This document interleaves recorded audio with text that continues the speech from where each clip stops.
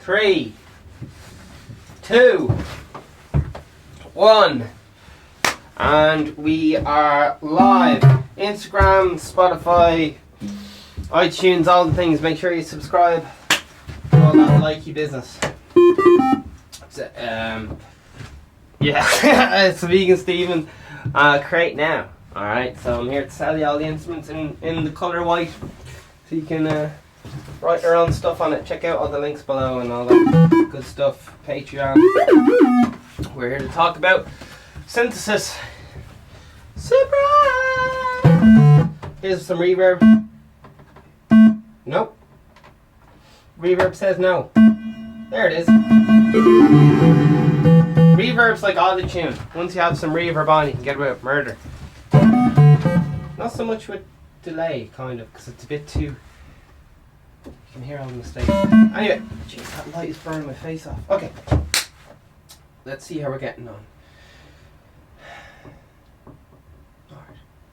So yesterday's episode, if you're listening to the audio version, got cut off. The last 15 minutes got cut off. If you're watching the video version, you got the full 35 minutes or something. Let's turn down there. Reverb.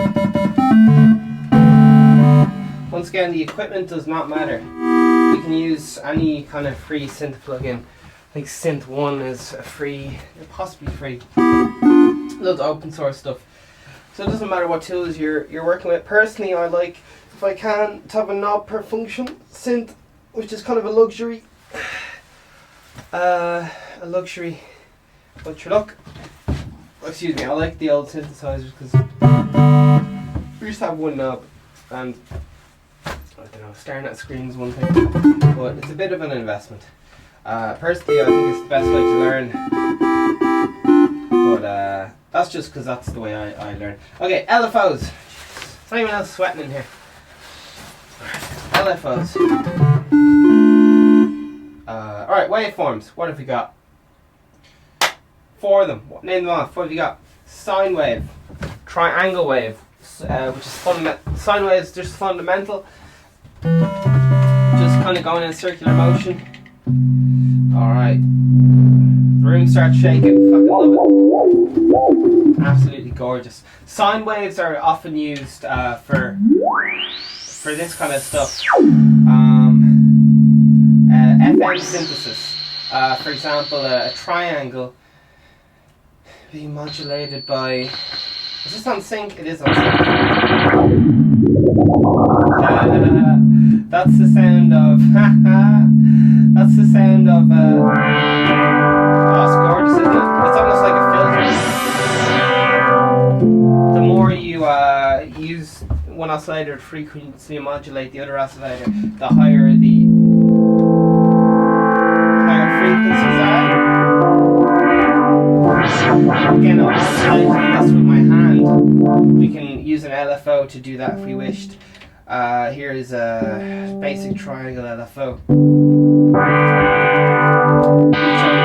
Oh, that's actually using a sawtooth waveform. That's why it's going. It has a steep drop off. Now, if we use a square wave to modulate the FM amount, it'll have an on-off, like. And I'm going to do it at quite a slow speed so you can hear that change. Do you hear it? It's like an on-off switch. And once again, that's modulating how much the sine wave is modulated by the other triangle wave, which is kind of the simplest kind of FM synthesis you can use. It's just a carrier and a modulator, I believe.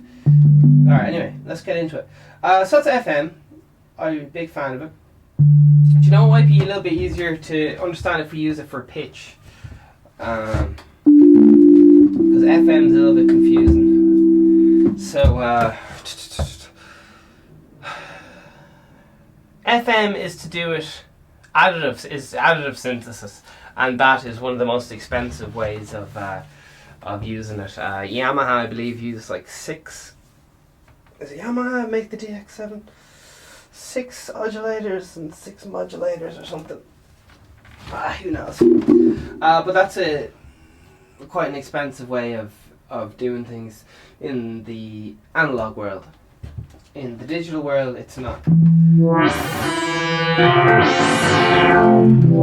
All these more possibilities. So that's the simplest sounding way of doing it. That's just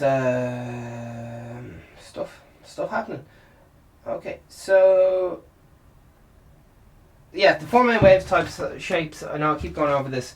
Most synthesizers just have triangle, which if you use the filter you can get rid of the first harmonic there, and it'll just sound like a sine wave. Just the fundamental. You can do the same thing with a square wave. I think the triangle may not have the fundamental. It just goes swipes through all the harmonics, just like whew. Noise is the other option that you'll see on a lot of oscillators. You have pink noise, brown noise, all of them. It's just they are all just filtered white noise. White noise is all the frequencies at the same perceived volume, I guess. No, it's not. It's just all the same frequencies at the same decibel level. The reason why it sounds like shh is that to do with the kind of EQ curve of our ears, because our ears are primarily made for hearing other people's voices. That's why the most interesting catchy music is all voices going on all the time. Yeah, come on, DJ, where? And all this stuff. And that's why we're constantly trying to, with these filters, trying to emulate the human voice, because that's what humans love to hear. For example, dogs can hear up higher, and cats can hear up higher frequencies than humans, because they need to hear all these higher frequencies for prey and catching them and so on, but they cannot hear as low down as humans. Humans have a much lower resonant frequency and all the rest of it. Has to do with the resonant frequency of our brain and all this stuff, and this stuff can be weaponized. I don't want to be a conspiracy theory that, but you can do stuff. I won't get into that. But it's also used how these low frequencies are also used how whales talk. Alright? So whales go all that stuff is just the upper harmonics of the fundamental. They're fundamental. Same with elephants. Elephants talk with these fucking low down frequencies, and they can talk to each other for, I don't know if a mile might be exaggerating, but these, do you ever go walk around outside a gig and you can still hear the all that low subby shit? That is because low frequencies travel further than high frequencies, because high frequencies spin cycle much more times per second, so they're lost in the how do you explain this? Is it diffusion? It's every time sound has to go through a layer, transfer energy from Jesus, what is that thing called? An insulator?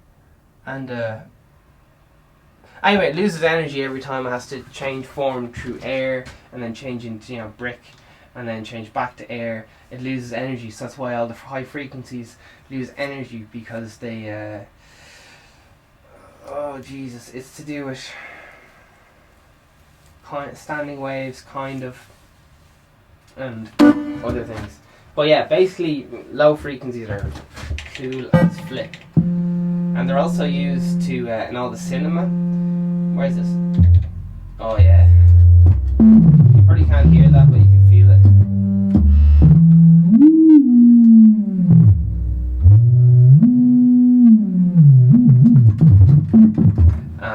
And that's why ladies love that low kick drum as well, because it gets certain parts of their anatomy vibrating, which I won't mention, and also it signifies reassurance and so on. It's all to do with the low voice, and whereas using a high voice means you're very unsure of things, and this is all just basic human subconscious stuff we don't really have a whole lot of control over, unfortunately.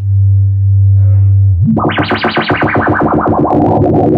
lot of it's just theory, but yeah, low frequencies are great, and that's why we can't really tell. Think about guitar pedals. You have all these, wow, guitar pedals, oh it's cool. It's because guitar pedals is where the human ear is most sensitive, around that 4K, 3K. Guitars are rocking out or between like 800y. I don't know. They're all over the place. Above, between 100 and maybe 7K, I'm guessing. I don't know. Bass, nice harmonics around like 1.5K, 800. So you get your fundamental rocking out around 80. If you want the fucking room to go wild. But it gets away in the kick drum and all this stuff. I'm just... Anyway.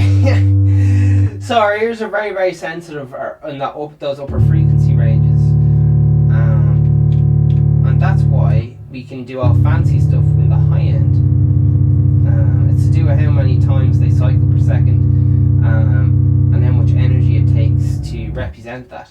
So it's to do with speaker efficiency as well, because you want everything to be moving in phase with each other, because otherwise there's going to be conflict in the... For example, a lot of times people get the phase wrong on the kick drum and the low end, so that the kick drum and the low end is fighting with each other, they're out of phase with each other. Especially if you're using a player pick bass, it's going to be kind of issues unless you're side chaining. Now, a lot of people just go, oh yeah, that's fucking grand. But that's why the low end's so flabby and just weak on a lot of those early like Doors records. Actually, not so much the Doors records, because they have an organ and mini moog and so on. But some early rock records, the low end's generally not great unless you're dealing with some high production, like Def Leppard's... What's that lad's name?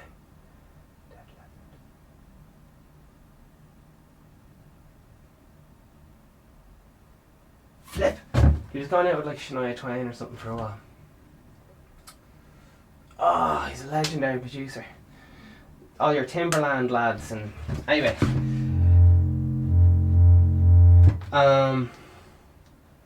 Yeah, don't know what to tell you. Synths are great. Oscillators. Went off on a bit of a rant there, unfortunately. Pulse width modulation. Basically, if you have a knob per function synth, it's really fun because you're like, oh yeah, what's it doing? And you can generally apply, automate the function. Alright, either very, very, if you want it like lightning fast, you probably want a 1, or you just want to have to happen once. You want to use either a mod envelope or a typical envelope.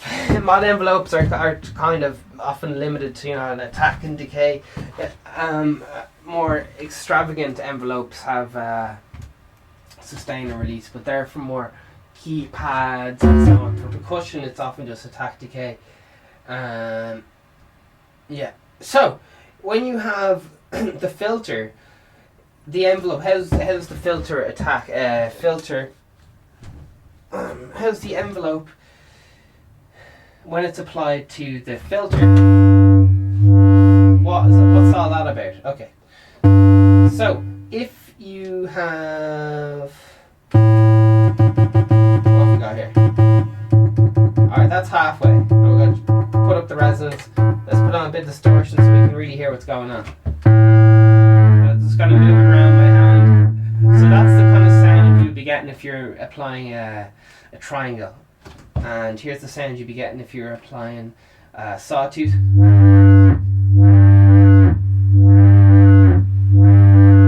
Here's the sound of an LFO if you were applying a slow square wave.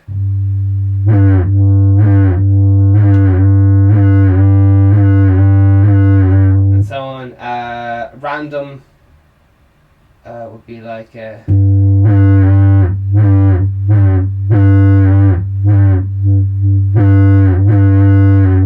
so on. You get the idea. Again, I have distorted this just so you can hear exactly what I'm doing. Alright, so if we have a slow attack, is this working?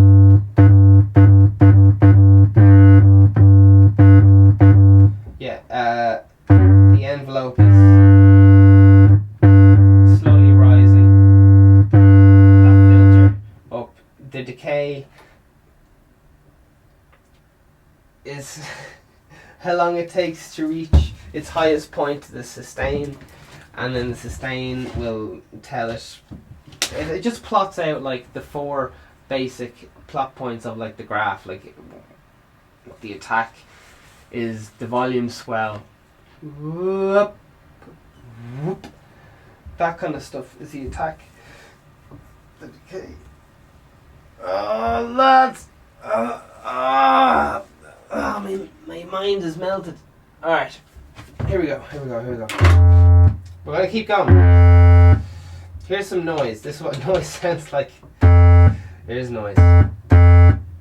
Here isn't noise. Here's noise. Oh yeah, get that into you, lads.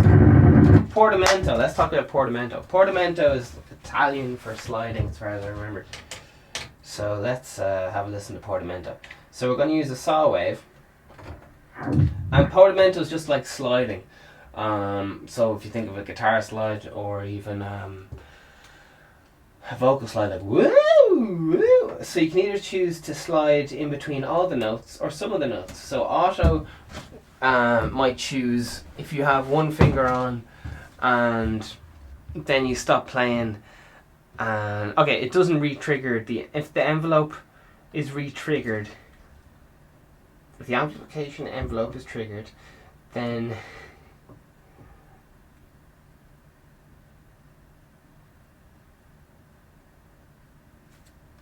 it will slide from the previous. No. If the. Alright, we'll listen to it. Alright, here we go. Don't you love when there's no sound? Alright, that's noise. Oh, jeepers. Bless the saints. Okay, here we go. So, here we go. We are going to listen to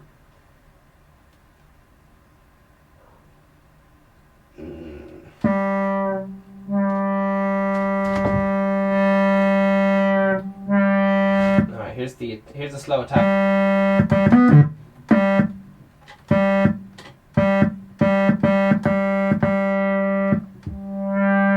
Ah yes, the slow attack. Alright.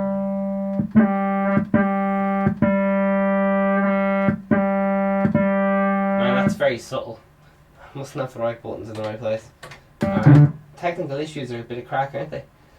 Alright, so 12 dB filter, low pass filter, is also generally called a 2-pole filter. Whereas a 24 dB filter is a much smoother filter, which is generally used for bass. Think of your Moog synths. For those ones, you're talking a sweet ass 4-pole filter, which is 24 dB. So 24 dB is 4-pole, 12 dB is 2-pole. 2-pole filters. Think of an MS-20 screaming. Think of some of those modern Korg synths. Synths like a lot of digital synths use the 24 dB filter because it's a lot less harsh. It's a lot less. Generally, they want to kind of hide the harshness of that digital sound, so they use the 24 dB filter a good bit. Not always, but a lot of people seem to love it. The thing is with 24 dB filter is just kind of too fat a lot of the time.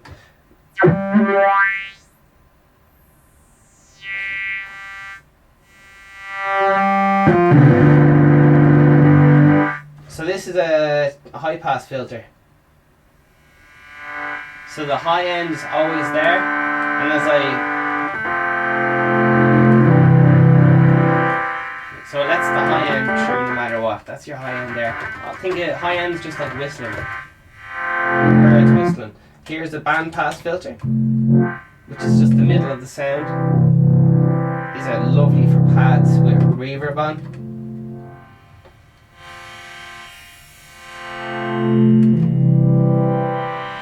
Especially if you have a little bit of pitch modulation.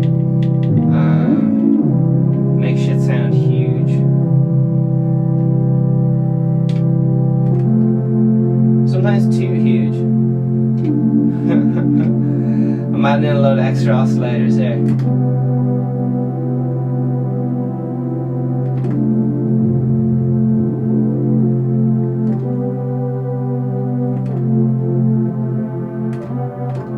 also gets a bit flipping muddy. Like, if you use reverb, you don't want to be using reverb, lads, because reverb pushes everything to the back. The back. Do you want everything? Do you want to be everyone be talking at the back of the room, or do you want to be able to hear people? Portamento. That's what I was going to talk about. Here's some portamento. So this is going back to the pitch domain. We're just going to use we'll use a square wave for the cheek. Square wave again. Think Game Boy music. All right, here we go. Oh, jeepers! That is a bit of FM madness going on there. Gonna have a little look around this. Oh my god. Let's turn down that reverb. Delay makes stuff very huge and very wide, but keeps it up. Alright? You don't want to have something with no reverb on it, because then it just sounds like someone's talking in your ear. It's just too much. So generally make everything small. You can do stuff like play, roll off the low end on synths and so on, because if you have just 3 synths or something, especially if it's low end, it's just too much. You don't want to have synths in there all the time. You want to have different sounds coming in and out. Keep it interesting. Keep stuff modulating. Maybe not that much.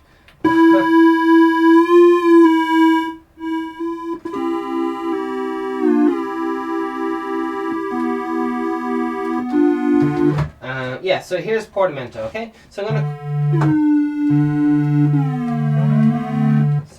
gonna use this as a monosynth. So I'm just gonna use it one note at a time. Monosynth is also known as unison, monophonic, polyphonic, duophonic. I can't remember. Okay, here we go. Portamento. So I'm going to go between one octave, that's middle C to another C or something like that. That's not working. Let's try it again. That's no portamento, okay? So it's just, you can hear that. Yes, so auto function often means if it's legato passage, there will be a slide, portamento.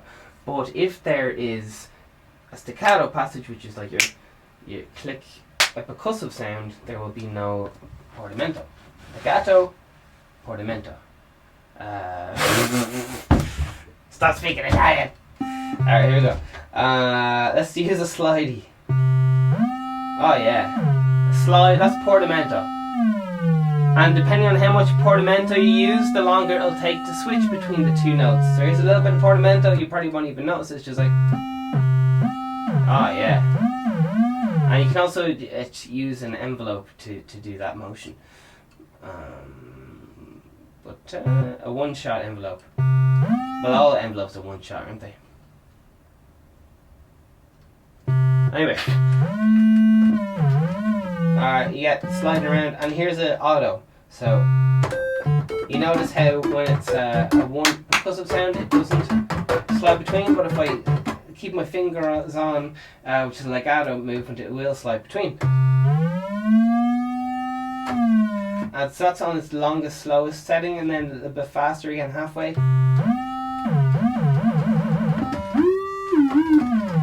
So that's a sliding, kind of like a violin. Slide around, not for me personally, but yeah, here's that same sound with an envelope attached.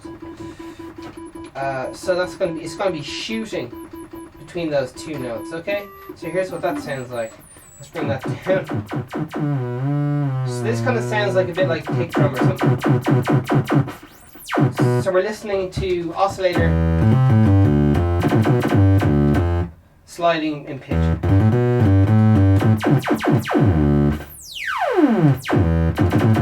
So slowly moving in pitch, or fast, or faster. It's good, can you just add a little bit of attack, a little bit of white noise to help put through the mix there. Also adds a percussive nature. So that's sliding down. Let's hear sliding up.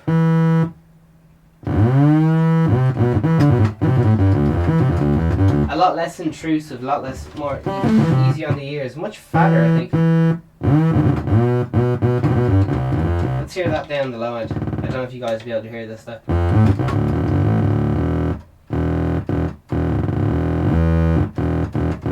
And back up the old octaves there. And let's hear it with chords.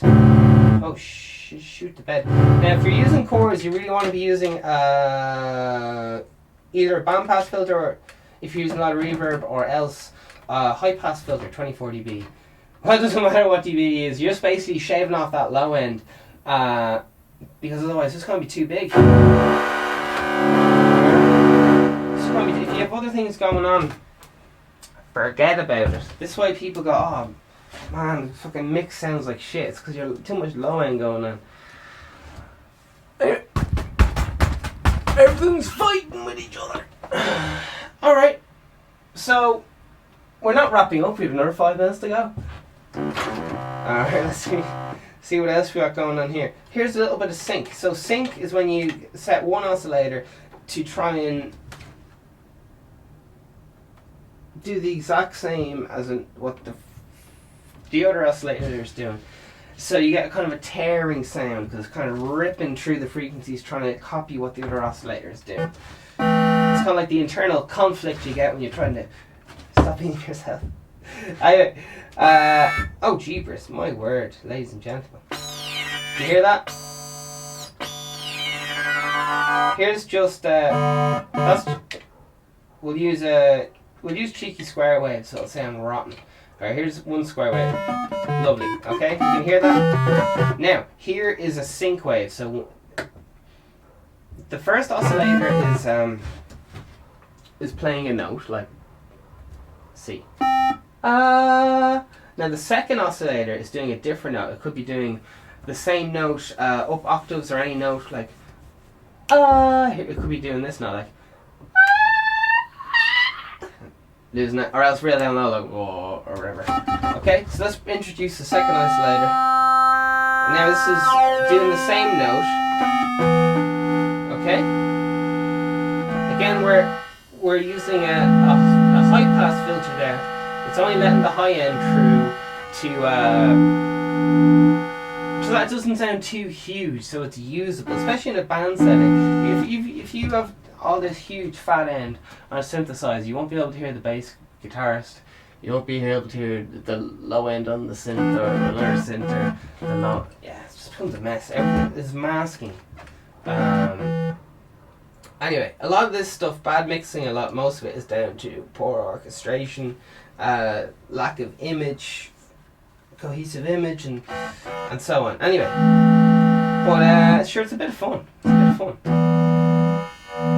Let's see what else we got going on here. We are using one square wave. This is the sound of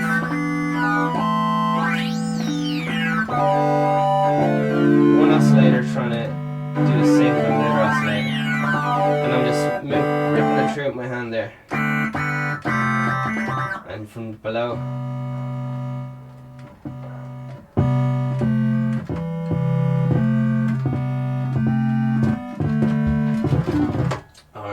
So that's the end of me saying Oh no, we've another 2 minutes left to start on the camera back on, like a professional lad. Hope you're enjoying all this podcasting business.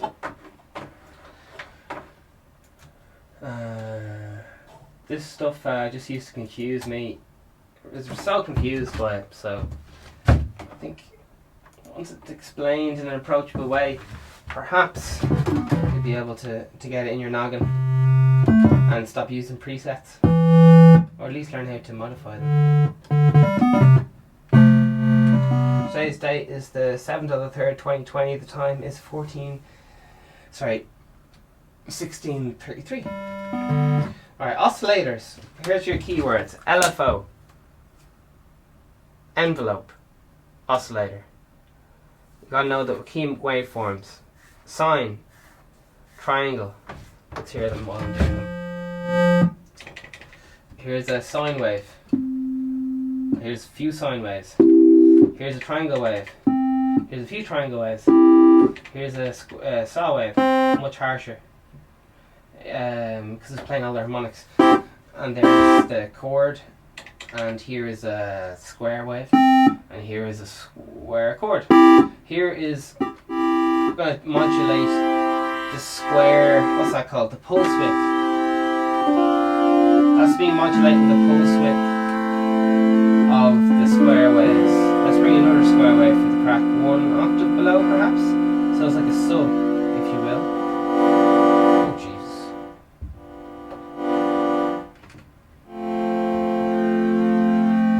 That's because I have the sync on, that's why it's not working. Jeepers, that's huge. You can imagine this would just take up the whole speaker, like, so that's why we're bringing in, chopping out some of that low end, if you want.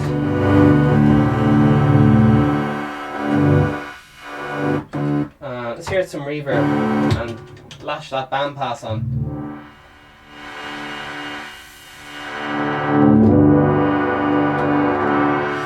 See, if you stick a bandpass filter on it, you can still do everything you want, but you'll be able to fit in a mix.